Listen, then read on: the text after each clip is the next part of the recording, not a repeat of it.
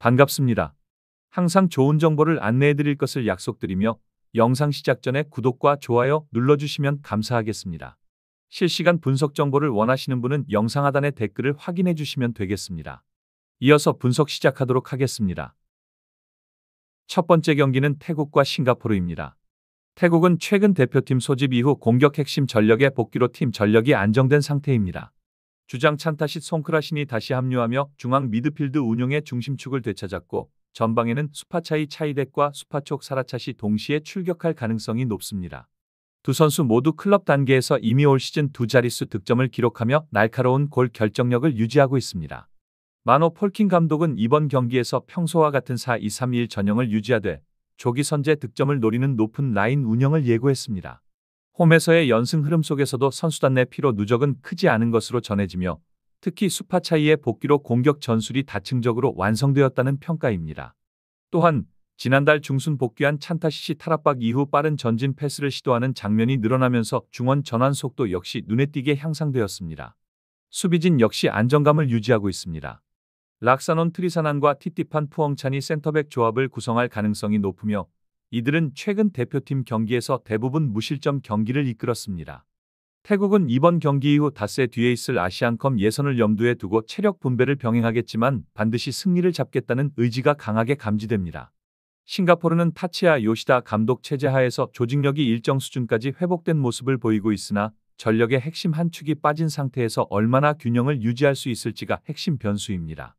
측면 공격수 샤왈 안와르가 햄스트링 부상으로 빠진 것은 분명한 손실입니다. 그는 대표팀에서 29경기에 출전해 8득점을 기록하며 폭넓은 측면 전개를 담당하던 선수였습니다. 그 공백은 주로 이란 판디가 메울 것으로 보이지만 본래 중앙 성향이 강한 그가 완벽히 대체 역할을 수행하기는 쉽지 않습니다. 대신 주장 하리스 하루운과 송희영이 중원에서 경기 템포를 조율하며 안정적인 빌드업을 이끌 것으로 전망됩니다. 최근 싱가포르는 수비진 재편을 통해 실점을 줄이는데 어느 정도 성공했지만 여전히 후방 압박에 흔들리는 약점을 보이고 있습니다. 수비 실수로 인한 치명적인 실점이 반복되는 부분은 개선이 더 필요합니다. 원정 경기에서 전방 압박을 적극적으로 시도하기보다는 중원 라인을 낮춰 태국의 점유를 허용한 뒤 역습으로 찬스를 노릴 가능성이 높습니다. 이크산 판디는 여전히 팀 내 최다 득점원으로서 전방 핵심이지만 지원 라인의 패스 질이 불안정한 상황에서 고립 위험이 상존하고 있습니다. 결론을 말씀드리자면 두 팀의 최근 맞대결 기록만 보더라도 태국의 절대적 우세가 이어지고 있습니다. 지난 5차례의 정상 일정 맞대결에서 태국은 모두 승리했으며 공격적으로나 조직면에서 모두 한 단계 높은 수준을 보여왔습니다. 태국은 이번 경기를 통해 아시안컵 예선전의 선수 컨디션과 전술 밸런스를 점검할 기회로 삼을 가능성이 높습니다. 감독 마노 폴킹은 공격 전개에서의 속도 유지와 중원 압박의 적극성을 강조하고 있으며 최전방의 수파차이와 이선 찬타싯의 연계를 통해 다양하게 득점을 만들어낼 수 있는 구성을 준비하고 있습니다. 반면 싱가포르는 전력 구성상 수비적 접근을 택하면서도 순간적인 전환에서의 결정력을 늘리려 하겠지만 태국의 중원 제어 능력과 압박 회피 능력을 감안할 때 점유를 유지하기는 어려워 보입니다. 공격의 세밀함에서도 태국이 몇 단계 앞서 있는 만큼 경기 초반 선제 득점 여부에 따라 양상은 한쪽으로 쏠릴 전망입니다. 태국이 전방 압박 성공률과 개인 기량 우위를 토대로 경기 주도권을 유지한다면 싱가포르의 수비 블록이 흔들릴 가능성이 큽니다. 따라서 이번 경기는 전체적으로 태국의 공격력이 더욱 효율적으로 발휘될 것으로 예상되며 찬타식과 수파촉의 연계가 빛을 발할 가능성이 높습니다. 태국의 승리와 언더를 추천드리는 경기입니다. 두 번째 경기는 체코와 산마리노입니다. 체코는 이번 홈 친선전에서 확실한 전력 우위를 지닙니다. 피파 랭킹 40위권에 위치한 체코는 전력상 산마리노와의 격차가 극단적으로 큽니다. 비록 이번 경기가 월드컵 예선을 앞둔 테스트 성격의 경기로 치러지지만 대표팀 내부적으로는 공격 전개와 세트피스 점검 등 실전 감각 유지에 중점을 두고 있습니다. 다만 주요 자원의 다수 결장이 불가피합니다. 공격 라인에서는 파벨 술츠, 아담 후로젝, 바칠라프 체르니, 바칠라프 쿠세이가 부상으로 제외되었고 각각 이번 시즌 리그에서 3득점 이상 기록하며 꾸준히 팀 공격의 핵심이었던 만큼 이탈의 영향이 큽니다. 또한 마테이 비드라와 얀 클리멘트도 명단에서 빠지며 공격 옵션이 좁아졌습니다. 수비진에서는 다비드 지마와 바칠라프 예멜카가 건강 문제로 제외됐습니다. 그럼에도 불구하고 파트리크 시크가 최전방에서 중심을 잡고 있으며 토마시 수첵과 블라디미르 초우팔이 중원과 측면에서 버텨줄 수 있다는 점은 체코로서는 가장 큰 안정 요소입니다. 팀 내부적으로는 주전급 일부가 결장하지만 기존 유럽파 주축들이 건재해 조직력 손실은 제한적입니다. 산마리노는 변수가 거의 없는 전형적인 약체 전력입니다. 피파 랭킹 211호, 유럽 최약체 중 하나로 꼽히며 최근 몇 년간 공식전 전패를 기록하고 있습니다. A매치 기준 최근 수년간 한 점 이상 득점을 기록한 경기가 극히 드물고 수비 라인 붕괴 빈도가 높아 경기 내내 수세에 몰리는 경우가 대부분입니다. 이번 경기에서도 특별한 부상이나 전력 공백은 보고되지 않았으나 이는 체코와의 전력 간극을 좁히는 데 의미 있는 요인이 되기 어렵습니다. 팀 내부적으로는 최근 월드컵 예선 준비 과정에서 수비 집중도를 높이는 훈련에 초점을 맞추고 있으나 상대의 세트피스와 라인 간격 조정에 취약한 모습이 일관되고 있습니다. 특히 측면 수비에서 압박 대응이 느리고 중원 수적 열세로 역습 전개가 거의 불가능하다는 점이 명확한 약점입니다. 기술적 완성도와 경기 템포 모두 체코에 비해 두세 단계 낮은 수준으로 평가됩니다. 실제로 체코와의 최근 5차례 맞대결에서 모두 대패를 기록하며 단 한 골도 넣지 못했다는 점은 두 팀의 구조적 차이가 얼마나 큰지를 반증합니다. 공격 전개보다는 수비적인 포메이션으로 라인을 내리고 실점 최소화에 집중할 가능성이 큽니다. 결론을 말씀드리자면 전술적으로 체코는 확실히 점유율을 높이며 경기 주도권을 가져갈 것으로 예상됩니다. 중앙 미드필더인 토마시 수첵이 이선 후방과 전방을 유기적으로 연결하며 세트플레이에서 강점을 보일 것으로 전망되고 좌우 측면을 활용한 공격 전개를 통해 라인을 끌어올리는 형태가 유력합니다. 산마리노는 조직적인 블록 수비를 시도하겠지만 한계가 명확합니다.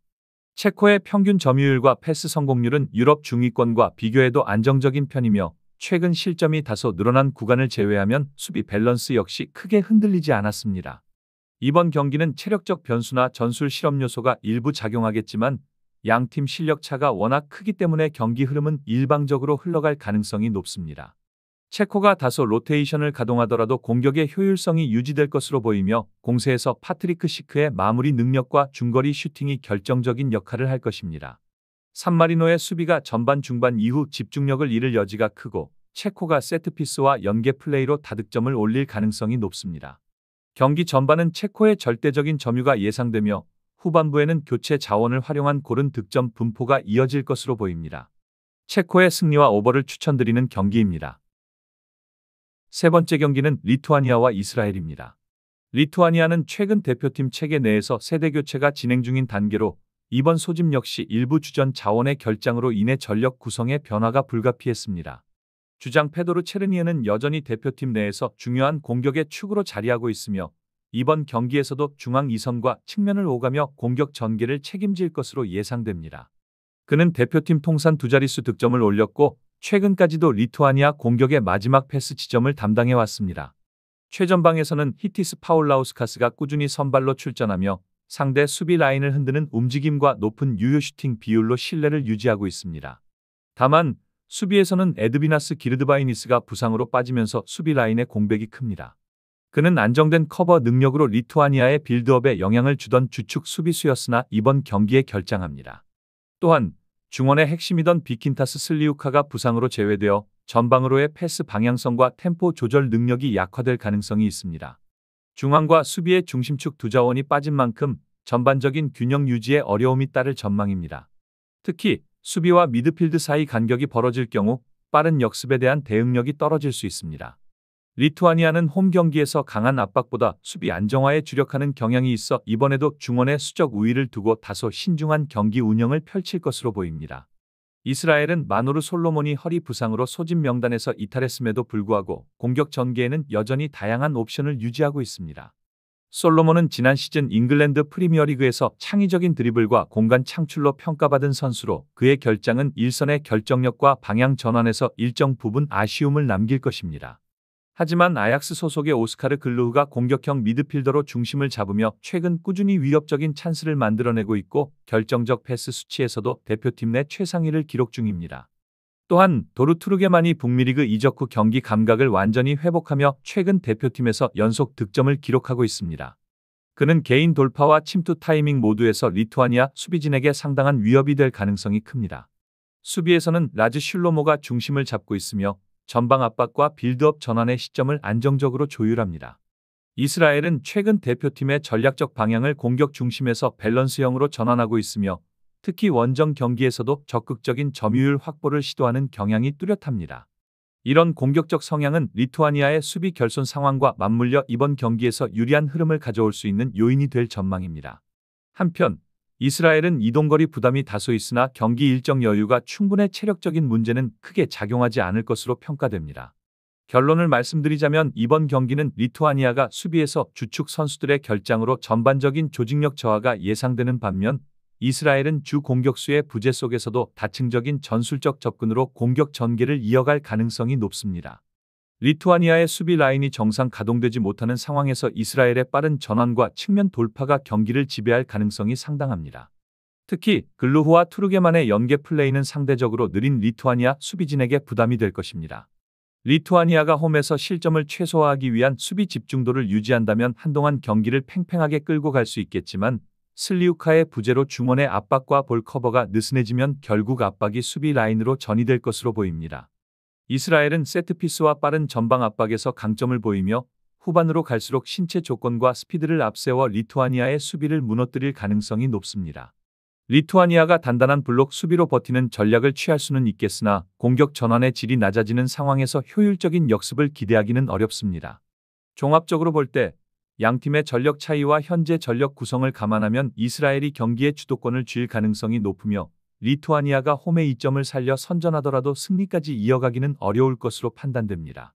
이스라엘의 승리와 오버를 추천드리는 경기입니다. 마지막 경기는 북마케도니아와 라트비아입니다.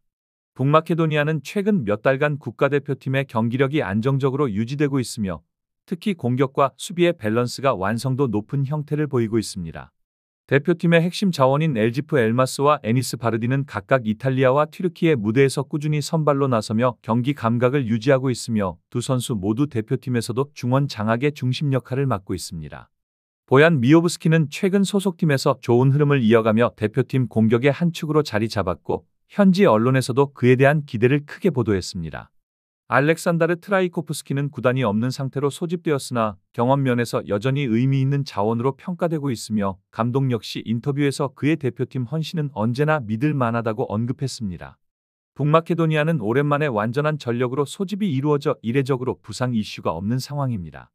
전술적으로는 바르디와 엘마스를 중심으로 한 짧은 패스 빌드업과 역습 시 빠른 전환 공격이 주된 형태이며 특히 홈에서는 전진 패스 완성도가 매우 높고 후방 조직력 또한 탄탄하다는 평가입니다.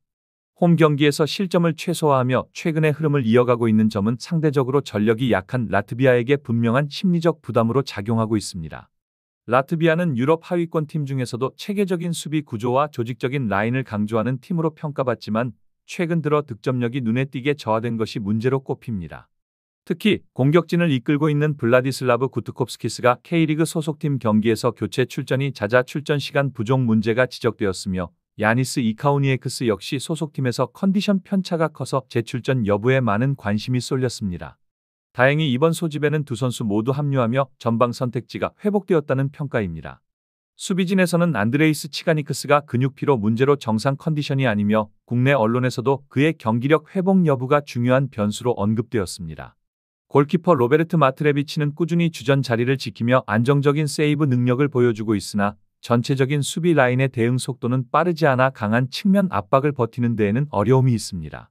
라트비아는 전통적으로 피지컬을 앞세운 경기 운영에 익숙하지만 북마케도니아처럼 중원에서 빠른 템포를 유지하는 팀을 상대로는 수적 열세에 자주 노출되었습니다. 현지 인터뷰에서도 감독이 볼점유보다는 전환 후의 효율성을 높이는 데 집중하겠다고 언급하며 실리적인 접근법을 예고했습니다. 다만 원정에서는 수비 라인이 지나치게 내려가 공격 전개가 단절되는 양상이 반복되고 있어 상대의 압박을 견디며 찬스를 창출하기는 쉽지 않아 보입니다. 결론을 말씀드리자면 이번 경기는 양팀 모두 월드컵 예선을 앞둔 준비 성격이 강한 경기이지만 북마케도니아의 조직력과 선수단 구성이 전반적으로 우위에 있습니다. 체력적으로는 두 팀 모두 큰 부담이 없는 상태이며 홈팀의 전방 압박과 중원의 유기적 움직임이 상대 수비를 흔드는 구도가 예상됩니다. 바르디의 세트피스 능력과 엘마스의 중앙 돌파는 이번 경기에서도 주요 무기가 될 가능성이 크고 미오브스키의 위치 선정이 라트비아의 느린 수비 라인과 맞물려 득점을 이끌어낼 가능성이 높습니다. 반면 라트비아는 낮은 블록 수비 속에서 빠른 전환을 노릴 것으로 보이지만 결정적인 패스의 질이나 공격 전환 과정에서의 연계성 부족이 한계로 작용할 전망입니다. 중원 장악력에서 차이를 보일 가능성이 높으며 이로 인해 경기 내내 북마케도니아가 주도권을 유지할 확률이 큽니다. 북마케도니아는 일관된 경기 운영과 세밀한 전진 플레이를 통해 경기 흐름을 통제할 가능성이 높으며 라트비아는 점유율 열세 속에서 역습 찬스를 단편적으로 노릴 것으로 보입니다. 결국 공격 전환의 완성도와 홈 이점에서 뚜렷한 우위를 가진 북마케도니아가 경기 초중반부터 주도권을 확보할 가능성이 높아 보입니다. 북마케도니아의 승리와 언더를 추천드리는 경기입니다. 추가적인 조합을 원하신다면 구독과 좋아요를 눌러주시면 감사하겠습니다.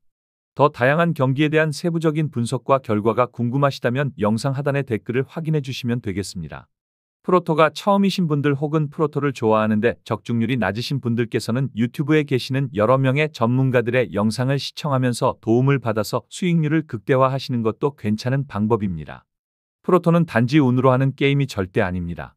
모든 분야의 전문가들이 존재하듯 프로토 분명 전문가들이 존재합니다. 경기 시작 전에 다양한 분석 자료 확인은 필수이며 가장 중요한 정보력이 수익의 80% 이상 지분을 차지하고 있습니다. 수익을 원하시는 분들은 이상한 곳에 가입비 내고 가입하지 마시고 유튜브에서 여러 가지 영상을 찾아보신 뒤에 해당 영상 등을 참고하여 베팅하시는 걸 추천드립니다. 오늘도 영상을 시청해 주셔서 감사드리며 행복한 하루 되시길 바랍니다.